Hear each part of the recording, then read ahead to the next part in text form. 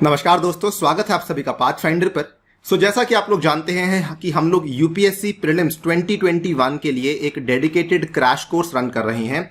उसी particular crash course में एक नया सब्जेक्ट आप सभी दोस्तों के सामने पेश करने वाला हूं और ये वाला जो सब्जेक्ट है जिसकी अहमियत पिछले कुछ सालों में काफी ज्यादा बढ़ चुकी है, इसका नाम है दोस्तों इंटरनेशनल रिलेशंस। आईआर के हम कई सारी चीजें आपके सामने पेश करने वाले हैं। आई नो थोड़ा सा डिले हुआ है, बट आपके आखिरी के दिनों में ये आपको काफी ज्यादा हेल्प करेगा। Believe me, we will be covering this in such a format कि आपको ऐसा लगेगा कि आपको आईआर को लेकर कहीं भी और जाने की आवश्यकता नहीं है। और वैसे भी हमने आईआर की कई सारी अलग से सेपरेट वीडियोस भी कवर करी हैं, तो इसीलिए हम यहां पे आपको बहुत सारी जानकारी भी देने में सक्षम है।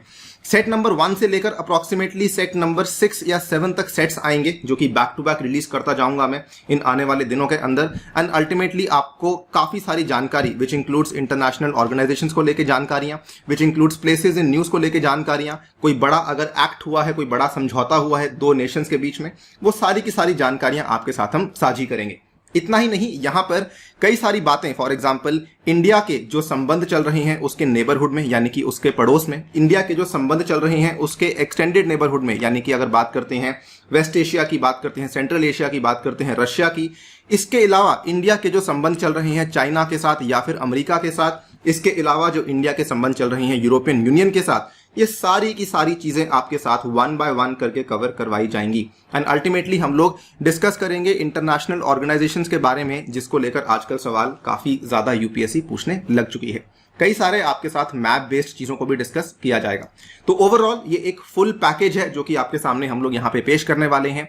इंपॉर्टेंट टू नोट, ये वाली जो सीरीज है इसको हम लोग, because we are bringing it to you at the last moment, तो इसीलिए इसको हमने एमसीक्यूज के फॉर्मेट में यहां पर डिजाइन किया है। We are not covering it in the format of theory. इसको एमसीक्यूज के फॉर्मेट में इसलिए भी डिजाइन किया गया है बिकॉज आखिरी के दिनों में दोस्तों आपके एमसीक्यूज के ऊपर जितनी बेहतर पकड़ होगी उतना ही आपके चांसेस यहां पर बेहतर हो जाएंगे in order to do better in the prelims examination. तो चलिए शुरू करते हैं इस सेट नंबर 1 को। यदि आप लोग इस लेक्चर की पीडीएफ को डाउनलोड करना चाहते हैं तो यहां पर दिए गए टेलीग्राम चैनल के माध्यम से कर सकते हैं। इसके अलावा आप लोग मुझसे जुड़ सकते हैं on various social media channels and on the Unacademy app using this particular handle Anirudh15A।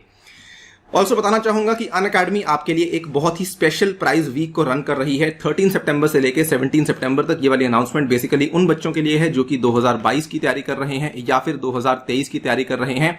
अगर आप लोग अनअकैडमी से पढ़ना चाहते हैं और अगर आप लोग सब्सक्रिप्शन लेना चाहते हैं, अभी आपके लिए जो ऑफर्स चल रहे हैं, these are the best offers जो कि अनअकैडमी ने पूरे साल में रन किए हैं। इसमें भी अगर आप लोग मेरा रेफरल कोड यूज करते हैं ANIUPSC, तो इस केस में आपको मैक्सिमम डिस्काउंट्स मिलेंगे, मेरी पर्सनल गाइडेंस मिलेगी, आपको व्हाट्सएप ग्रुप में ऐड किया जाएगा, आपके लिए 20 बुक्स भी हैं जो कि आपके घर तक पहुंचाई जाएंगी।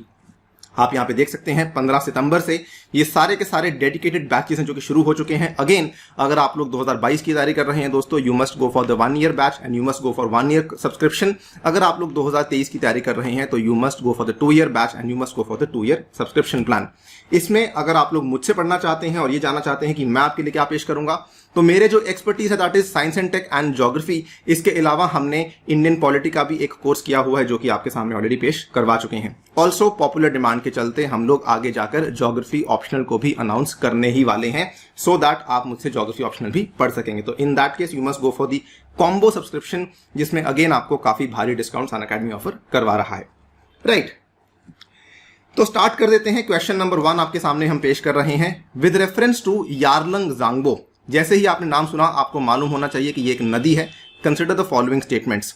It is originated at Lunpo Gangri glacier in the north western Tibetan plateau. It is a tributary of Brahmaputra. आपसे पूछा गया है कि नीचे दिए गए ऊपर दिए गए कथनों में से कौन सा कथन सही है या फिर सही है।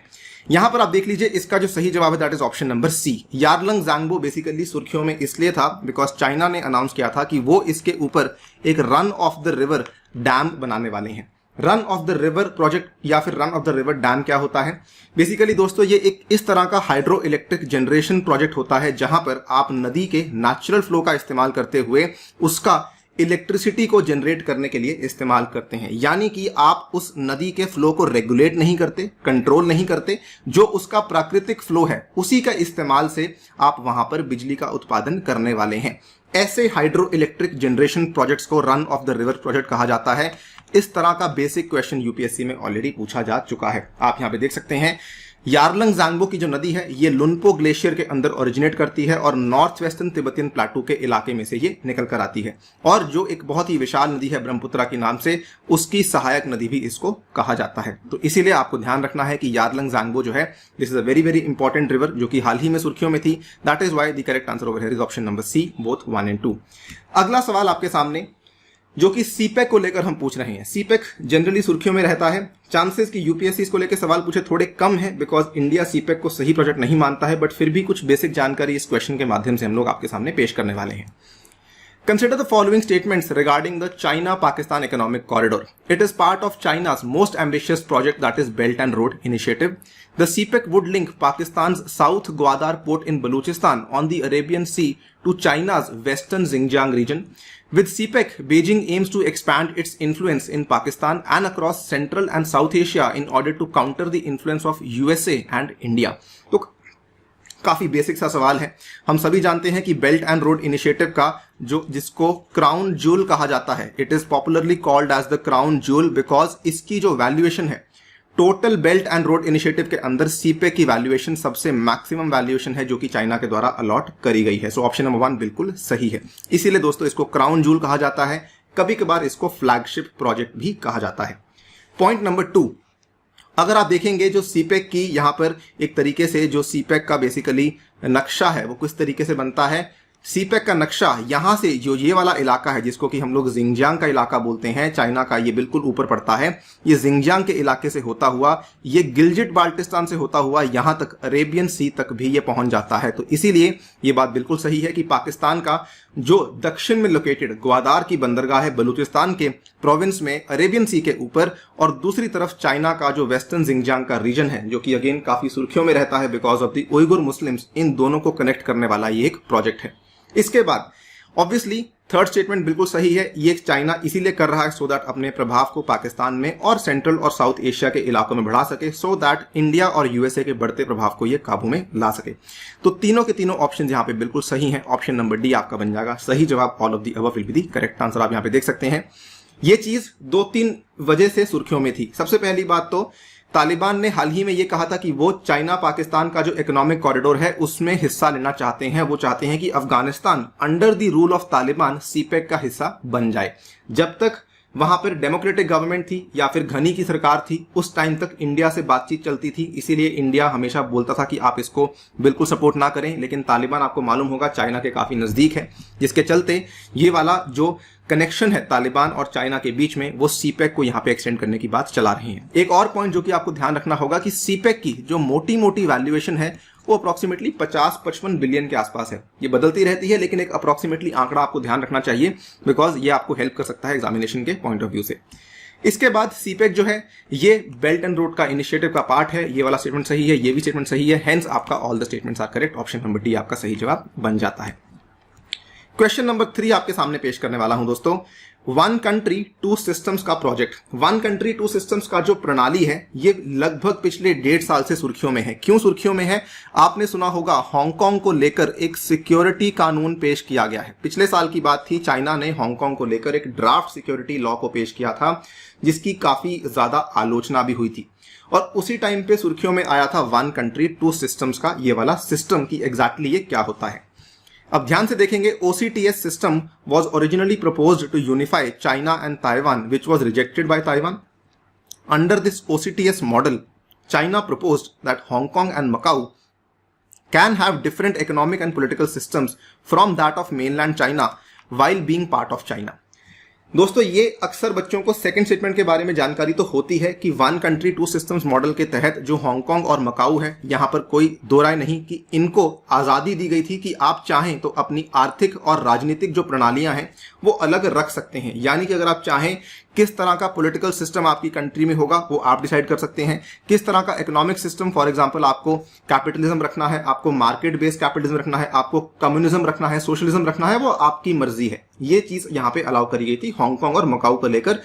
इस चीज को लेकर काफी बच्चे वाकिफ होते ही हैं। लेकिन अगर हम बात करें ऑप्शन नंबर 1 की, अधिकतर बच्चों को नहीं मालूम होता ये जो पॉलिसी थी ये असल में ओरिजिनली शुरू करी गई थी in order to unify China and Taiwan. आपको मालूम होगा चाइना ये मानता है कि ताइवान एक अलग से देश नहीं है, ताइवान बेसिकली उनका ही एक प्रांत है जिसको कि चाइना का हिस्सा माना जाना चाहिए। और ऑब्वियसली चाइना इस चीज को नहीं मानता है।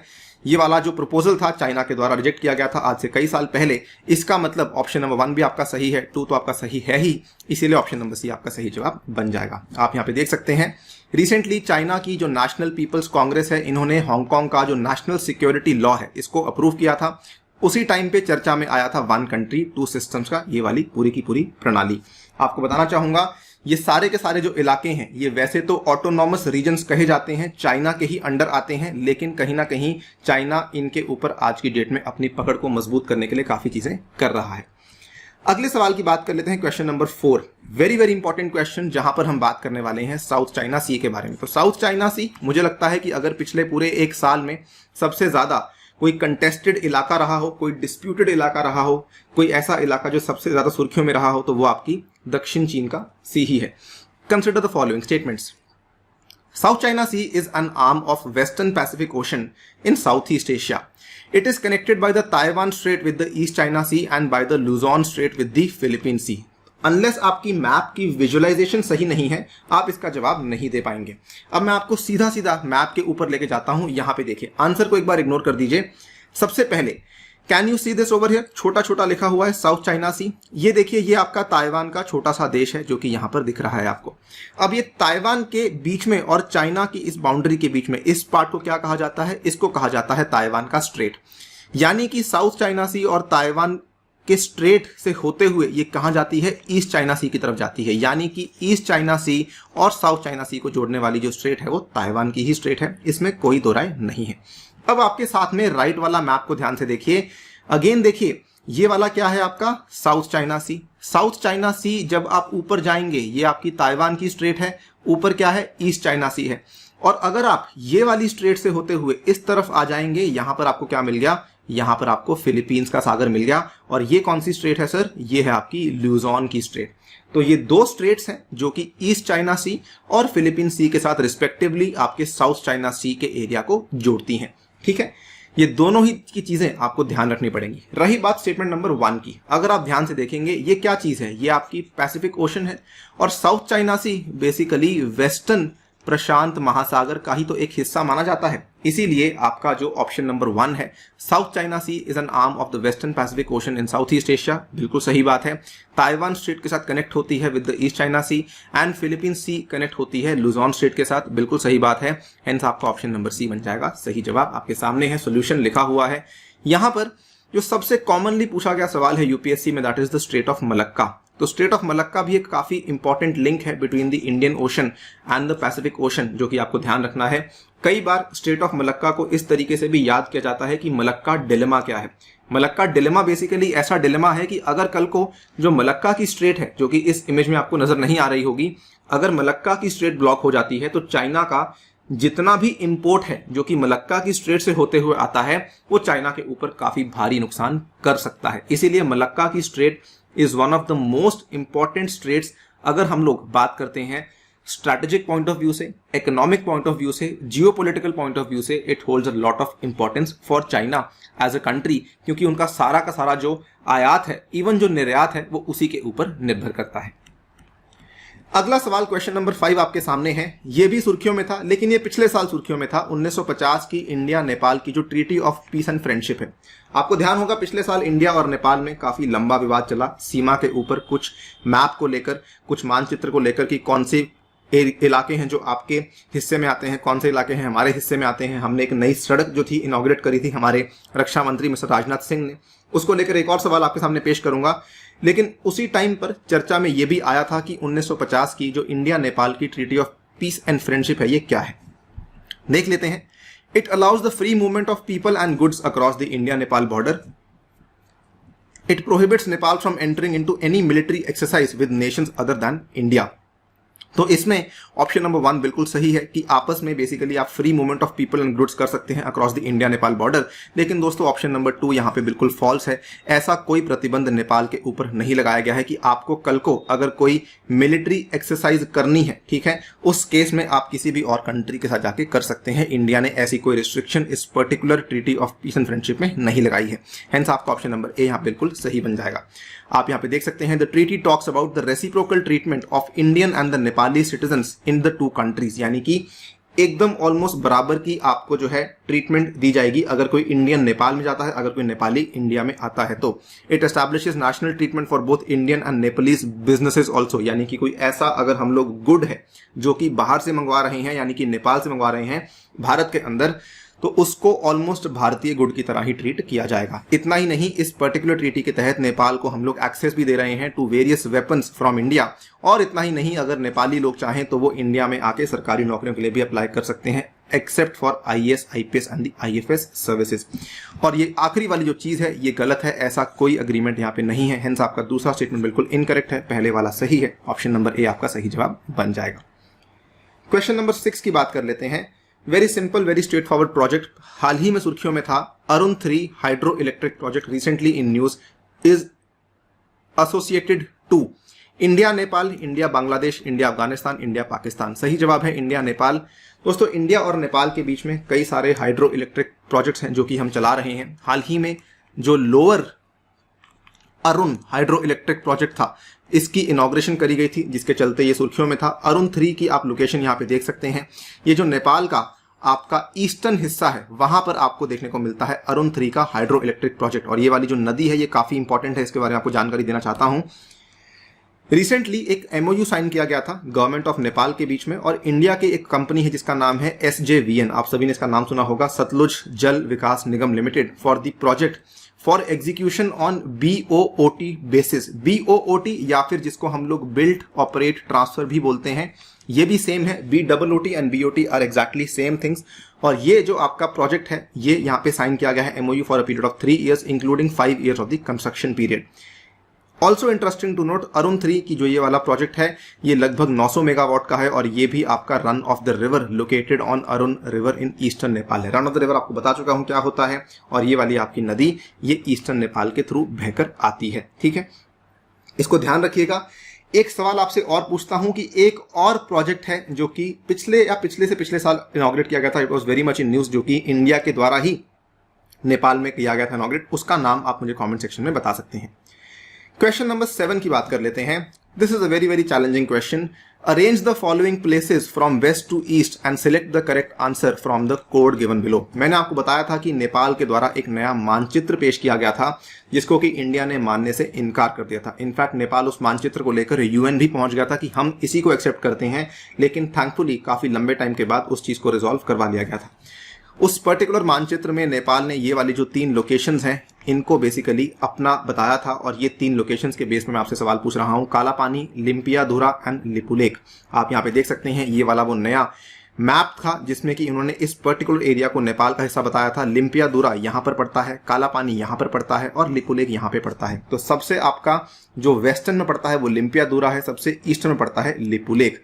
वेस्ट से ईस्ट पूछा गया है, सबसे पहले ये आएगा, ठीक है, यानी कि 2 नंबर 1 पे आएगा, देन काला पानी आएगा, देन लिपुलेख आएगा। तो 213 is a correct answer. Option number C आपका सही जवाब बन जाता है। हेंस आप देख सकते हैं यहाँ पर नेपाल ने एक नया पॉलिटिकल मैप इशू किया था which claimed strategically important land such as Kalapani, Limpiyadhura and Lipulekh of Uttarakhand as part of its sovereign territory, जिसको कि ऑब्वियसली इंडिया ने मानने से इनकार कर दिया था। तो ये आपका क्वेश्चन नंबर 7 था। सही जवाब ऑप्शन नंबर सी है। इस तरह के कई सारे सवाल यूपीएससी में अक्सर पूछे जाते हैं, ध्यान रखिएगा। अगर कोई इस तरह की न्यूज रहती है आपको उसको डेफिनेटली इन एंड आउट पढ़ना है, स्पेशली मैप के ऊपर देखना बहुत ही अनिवार्य है। क्वेश्चन नंबर 8 आपके सामने पेश कर रहे हैं गिलजिट बाल्टिस्तान को लेकर। ये क्वेश्चन आने के चांसेस थोड़े कम है, but I wanted to cover it because कई सारे बच्चे गिलजिट बाल्टिस्तान के इलाके के बारे में जानकारी नहीं रखते हैं। With reference to Gilgit-Baltistan, consider the following statements. It borders China in the north, Afghanistan in the west, Tajikistan in the north, and Kashmir in the south. Tajikistan in the northwest, Kashmir in the southeast. CPEC also passes through this particular region. Option number 2 I am sure आपको मालूम पड़ गया होगा। अभी discuss करके आया था आपके साथ कि CPEC का जो इलाका है वो बेसिकली इसी पर्टिकुलर रीजन के थ्रू पास होके जाता है। ठीक है, आप यहाँ पे देख सकते हैं, मैं आपके लिए एक रफ सा मैप बना रहा हूं।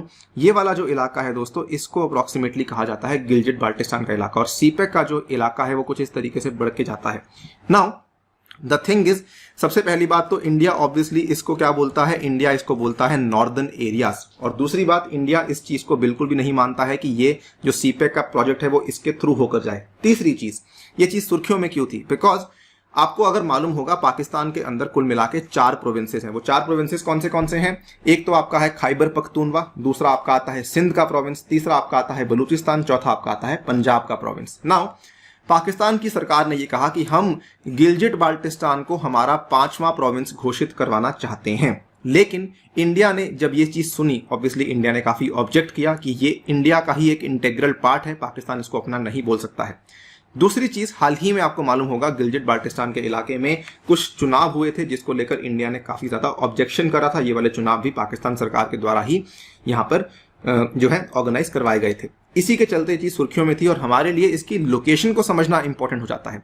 अब आप देखिए, ऑप्शन नंबर 2 बिल्कुल सही है। अगर हम ऑप्शन नंबर 1 की बात करते हैं, थोड़ा ध्यान से देखिएगा, आपको थोड़ा बहुत आइडिया होना चाहिए कि यहाँ पर बाकी कंट्रीज के जो मैप्स हैं वो किस तरीके से बने हुए हैं। ये देखिए, it borders China in the north, बिल्कुल सही बात है, यहाँ पर आपका चाइना है नॉर्थ में।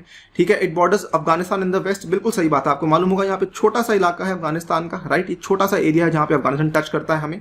Tajikistan in the north west, ये बात भी बिल्कुल सही है, यहाँ पे तजिकिस्तान है, टच करना जरूरी नहीं है यहाँ पर, लेकिन तजिकिस्तान नॉर्थ वेस्ट में है। और Kashmir in the south east, बिल्कुल सही है, ये आपका कश्मीर का इलाका है, इसीलिए ऑप्शन नंबर 1 बिल्कुल सही बन जाएगा। Hence this is a true statement. Option number 1 will be your correct answer, option number 2 will be your incorrect answer over here. कई सारी चीजें थी जिसकी वजह से आपका गिलजिट बाल्टिस्तान का इलाका सुर्खियों में था। आप यहाँ पे देख सकते हैं, India has recently launched a strong protest against supreme court of Pakistan order on the Gilgit Baltistan region. इतना ही नहीं, पाकिस्तान का जो सुप्रीम कोर्ट का ऑर्डर था, उन्होंने बेसिकली ये कहा था कि गिलजिट बाल्टिस्तान के इलाके को हम लोग अपना 5वां प्रांत बनाना चाहते हैं। जो बाकी के 5 प्रांत हैं वो बलूचिस्तान है, खैबर पख्तूनवा है, पंजाब है और सिंध का इलाका है। और इन्होंने कहा गिलजिट बाल्टिस्तान को हम अपना 5वां प्रांत बनाना चाहते हैं। लेकिन इंडिया का स्टैंड क्या है, ये आपके सामने इंडिया का स्टैंड लिखा हुआ है, it is the integral part of India. ध्यान रखिएगा, इंडिया का स्टैंड हमेशा यही था और यही रहने वाला है। अगला सवाल आपके सामने क्वेश्चन नंबर 9 पेश कर रहा हूं। Operation Gibraltar was the code name given to, very very famous operation, और रिसेंटली आपने सुना भी होगा, तो ये काफी ज्यादा सुर्खियों में भी था। अगर आप देखेंगे किसी पर्टिकुलर टीवी शो में इसके बारे में बात करी गई थी, ऑपरेशन जिब्राल्टर के बारे में। आजकल वेब सीरीज काफी चल रही हैं, तो वहां पर बातचीत हुई थी। India's Kargil operation, Sino border negotiation post 1962 war, strategy of Pakistan to infiltrate Jammu and Kashmir, invasion of China in Tibet. सही जवाब है ऑप्शन नंबर सी। अब ये जिब्राल्टर क्या चीज है, याद कीजिए, जिब्राल्टर के नाम से एक स्ट्रेट है जो कि कहां पे आती है, जो कि मेडिटरेनियन सी के बिल्कुल पास में आती है। बेसिकली ये जिब्राल्टर के नाम से एक ऑपरेशन था जो कि शुरू किया गया था स्पेन के द्वारा, ठीक है, sorry, Arab invasion of Spain, Spain के अंदर घुसपैठ करने के लिए अरब के द्वारा शुरू किया गया था, जो कि इन्होंने पोर्ट ऑफ जिब्राल्टर से शुरू किया था। तो पाकिस्तान ने वहीं से इंस्पायर होकर इस पर्टिकुलर ऑपरेशन का कोड नेम दिया था ऑपरेशन जिब्राल्टर। वो अलग बात है कि पाकिस्तान की ये वाली कोशिश बहुत ही बड़े तरीके से नाकामयाब हुई थी, और इसी पर्टिकुलर चीज के चलते, बिकॉज ऑपरेशन जिब्राल्टर शुरू हुआ था, इंडिया पाकिस्तान की जो वॉर है वो शुरू हुई थी 1965 में। That was the first major engagement between the two neighbours since the Indo Pakistani war of 1947। ठीक है, बहुत ही कम दिन के लिए चली थी, और ये वाली जो वॉर हुई थी, ये 1965 वाली वॉर आपकी, आई एम सॉरी, ये वाली वॉर कम दिन के लिए नहीं चली थी, वो दूसरी वॉर थी। ये वाली जो वॉर थी 1965 वाली, ये इसी के ऑपरेशन के चलते बेसिकली शुरू हुआ था। It was the trigger to start the war of 1965। Ultimately Pakistan की यहाँ पे हार हुई थी, एंड ऑप्शन नंबर सी आपका सही जवाब है, strategy of Pakistan to infiltrate Jammu and Kashmir. Question number 10 आपके सामने पेश कर रहा हूं। Consider the following statements about the Sakteng wildlife sanctuary. Sakteng wildlife sanctuary is located in China. It also makes border with the Indian state of Arunachal Pradesh. It is listed as a tentative site in Bhutan's tentative list for UNESCO inclusion. Basically सुर्खियों में था और China ने इसके ऊपर दावा किया था, लेकिन ये वाली जो साइट है साक्टेंग की वाइल्ड लाइफ सेंचुरी, ये असल में भूटान के अंदर लोकेटेड है। चाइना ने इसके ऊपर दावा किया था और ऑब्वियसली इंडिया ने यहाँ पे भूटान को सपोर्ट किया था। आप यहाँ पे देख सकते हैं, ये लोकेशन बिल्कुल क्लियर है। This is the location over here of the Sakteng wildlife sanctuary. It also borders the Indian state of Arunachal Pradesh, और चाइना इसके ऊपर दावा करने की कोशिश कर रही थी।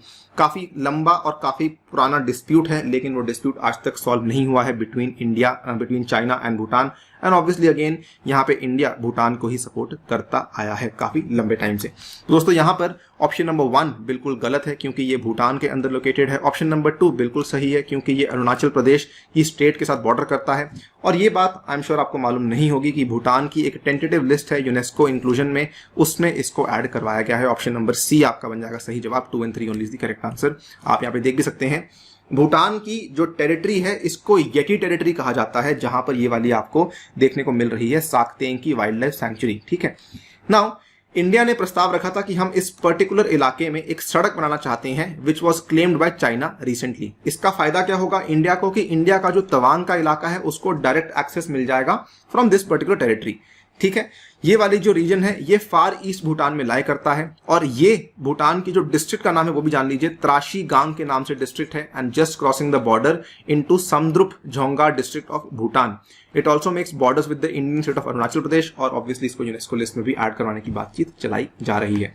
तो 2-3 चीजें थी जिसकी वजह से सुर्खियों में था ये, जिसकी वजह से इसको जानना इंपॉर्टेंट है। It is almost like a places in news, आपके लिए एक इंपॉर्टेंट फैक्ट बन जाता है। नेक्स्ट क्वेश्चन नंबर 11 आपके सामने है। Again in news, consider the following statements regarding the Azad Patan Hydel Power Project. The project has been signed between Pakistan and China. It is on the river Chenab. तो option number 1 बिल्कुल true है। काफी लंबे समय पहले इसको sign किया गया था, लेकिन इसके ऊपर काम होना शुरू नहीं हो पाया था। इनफैक्ट केवल यही वाला प्रोजेक्ट नहीं था जो कि न्यूज में था, एक और प्रोजेक्ट था जो कि न्यूज में था, जिसका नाम है डायमेर भाषा प्रोजेक्ट। ये वाला प्रोजेक्ट के ऊपर भी बातचीत चलाई गई थी बिटवीन पाकिस्तान चाइना। और भी कई सारे प्रोजेक्ट्स हैं, आप यहाँ पे देख सकते हैं। कोहाला प्रोजेक्ट है, then the Karot hydropower station है, और उसके बाद आजाद पतन का प्रोजेक्ट तो है ही। आप यहाँ पे देख सकते हैं कि the construction was first proposed इन 2002, लेकिन जो प्रोजेक्ट है वो फाइनली अब शुरू होते हुए 2024 में कमीशन करवाया जाएगा। और इंपॉर्टेंट टू नोट, ये वाला जो प्रोजेक्ट है ये झेलम के ऊपर लोकेटेड है एंड नॉट ओवर चेनाब, इसीलिए ऑप्शन नंबर 2 बन जाएगा गलत। 1 आपका ट्रू है, ऑप्शन नंबर ए आपका सही जवाब बन जाता है। आपको बता दूं कि जो यहाँ पर नदियां थी जो कि इंदस वाटर ट्रीटी के अकॉर्डिंग पाकिस्तान के पास जाती हैं, वो इंदस, चेनाब और झेलम है। इंडिया के पास आती हैं रावी, ब्यास और सतलुज। ये 3 नदियां हैं जो कि इंदस वाटर ट्रीटी के अनुसार दोनों देशों में बांटी गई थी। ठीक है, ये कोहाला के बारे में और करोत के बारे में 2 बातें बोलना चाहूंगा। कोहाला के बारे में इतना ही ध्यान रखिएगा कि ये भी झेलम के ऊपर बनाया जा रहा है, और करोत जो है ये भी आपका झेलम के ऊपर ही बनाया जा रहा है। अगेन ये दोनों के दोनों जो प्रोजेक्ट्स हैं ये चाइना की मदद से ही पाकिस्तान बनवा रहा है। Next and the last question number 12 आपके सामने है। Maitri Setu, very very important, highly expected question. Consider the following statements regarding the Maitri Setu. अगर आपने सुना होगा, फेनी रिवर को लेकर एक बहुत बड़ा MOU साइन किया गया था 2 देशों के बीच में, इंडिया एंड बांग्लादेश के बीच में, और उसको लेकर यहां पर यह बातचीत चलाई गई थी कि इंडिया जो है वो बांग्लादेश की टेरिटरी को अटैच करेगा। 2 इंपॉर्टेंट एरियाज हैं, सबरूम के और रामगढ़ के, जिनको की कनेक्ट किया जाएगा फेनी रिवर के ऊपर एक ब्रिज बनाते हुए। It is the name of bridge between India and Bangladesh. It has been built over the Feni River. The Feni River flows between Indian boundary in the Meghalaya state and the Bangladesh. तो जैसे ही मैंने नाम लिया फेनी river का, I am sure आपको मालूम पड़ गया होगा कि ये जो नदी है ये असल में त्रिपुरा के अंदर बहती है एंड नॉट मेघालय। ठीक है, और इसीलिए ऑप्शन नंबर 3 यहाँ पे गलत हो जाएगा। 3 गलत है तो आपका ये वाला हट गया और आपका ये वाला हट गया। 1 और 2 दोनों बिल्कुल सही हैं। ऑप्शन नंबर बी आपका सही जवाब है, आप यहाँ पे देख भी सकते हैं। Prime minister will inaugurate Maitri Setu between India and Bangladesh on 9 March 2021। Already inaugurate कर चुके हैं। ठीक है, the bridge has been built over the Feni river, जो कि फ्लो करती है between the Tripura state and Bangladesh, और इसको बनाने वाली जो कॉर्पोरेशन है वो national highways and infrastructure development corporation है इंडिया की। With this inauguration, Tripura is set to become the gateway of the north east with access to Chittagong port of Bangladesh, which is just 80 kilometres from Sabroom. तो बहुत ही important, strategically important project है जो कि शुरू करवाया गया है by the government of India, और इसके साथ हम दोनों देशों के जो संबंध हैं वो भी काफी बेहतर हो जाते हैं। आपको मालूम होना चाहिए पीएम मोदी की कोविड-19 के शुरू होने के बाद जो पहला विदेशी दौरा हुआ था वो बांग्लादेश को ही हुआ था और दूसरा दौरा अभी कुछ ही दिनों में होने वाला है यूएस ऑफ ए में। So this is the small video जो कि आपके सामने मुझे पेश करनी थी with respect to the few questions of India and neighbourhood. India and neighbourhood को लेकर कुछ और सवाल पेश करूंगा आने वाली वीडियोस में। उसके बाद हम आगे बढ़ेंगे, इंडिया और वेस्टर्न कंट्रीज की बात करेंगे, रशिया की बात करेंगे, कई सारे सवाल आपके सामने पेश करवाए जाएंगे। On that note I take your leave, लेकिन बता दूं कि आने वाले रविवार के दिन आपको हिस्सा लेना है कॉम्बैट में, जिसमें अगर आप लोग मेरा कोड यूज करते हैं अनि यूपीएससी, तो उस केस में आप यहाँ पे फ्रीली इस टेस्ट को एनरोल कर पाएंगे। इसके अलावा फ्री टेस्ट सीरीज भी चल रही है, उसमें भी हिस्सा ले सकते हैं। Thank you for listening, stay tuned and stay safe.